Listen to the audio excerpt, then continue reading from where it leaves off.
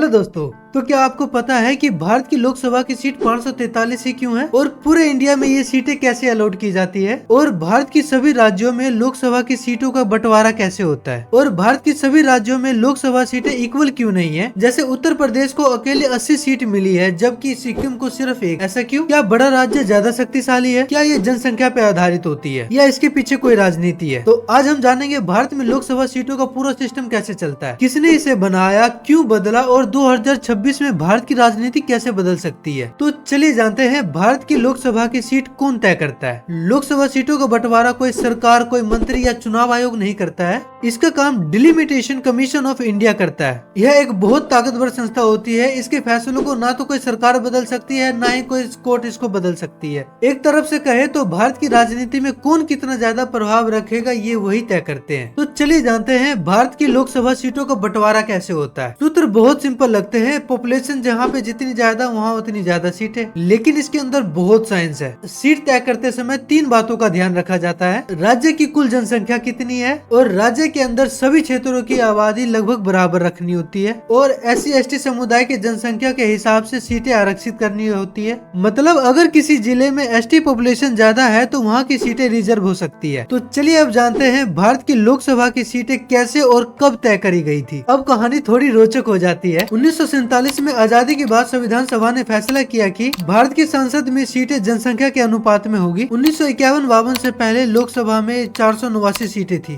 भारत में आज सीटें जिस प्रकार बटी हुई है वह 1971 के जनगणना के आधार पर बटी हुई है। जी हाँ, 50 साल पुराना डाटा। लेकिन ऐसा क्यों? 1970 के दशक में भारत की जनसंख्या तेजी से बढ़ रही थी। सरकार ने फैमिली प्लानिंग को प्रमोट किया। दक्षिण राज्य जैसे केरल, कर्नाटक, तमिलनाडु जैसे राज्यों ने इसे अपनाया, लेकिन उत्तरी राज्य जैसे राजस्थान, यूपी, बिहार जैसे राज्य अपनी आबादी बढ़ाते रहे। अब अगर उस समय सीट जनसंख्या के हिसाब से बांटी जाती तो भारत के दक्षिणी राज्यों को बहुत ज्यादा नुकसान होता और उत्तरी राज्यों को बहुत ज्यादा मुनाफा होता। इसलिए सन 1976 में संसद में फैसला लिया गया सीटों का बंटवारा फ्रीज कर दिया जाए अगले 2026 तक। इसलिए 1971 के आंकड़े आज भी सीटों की नींव है। तो चलिए जानते हैं इतनी सीटों में असमानता क्यों है। यह तस्वीर शॉकिंग हो जाती है। आज भारत की एक लोकसभा सीट को लगभग 18 से 21 लाख लोग रिप्रेजेंट करते हैं, लेकिन कुछ सीट ऐसी है ये संख्या पहुंच जाती है 30 से 40 लाख तक। उदाहरण के तौर पे एक घनी आबादी वाले राज्यों में एक सांसद बहुत ज्यादा लोगों को प्रतिनिधित्व करता है और कम आबादी वाले राज्यों में एक सांसद कम लोगों को प्रतिनिधित्व करता है। यानी भारत में 1 वोट 1 पर्सन का सिद्धांत पूरी तरह से बराबर लागू नहीं होता है। तो चलिए जानते हैं भारत की लोकसभा की सीटें कब बदली जा सकती है। भारत सरकार ने घोषणा की है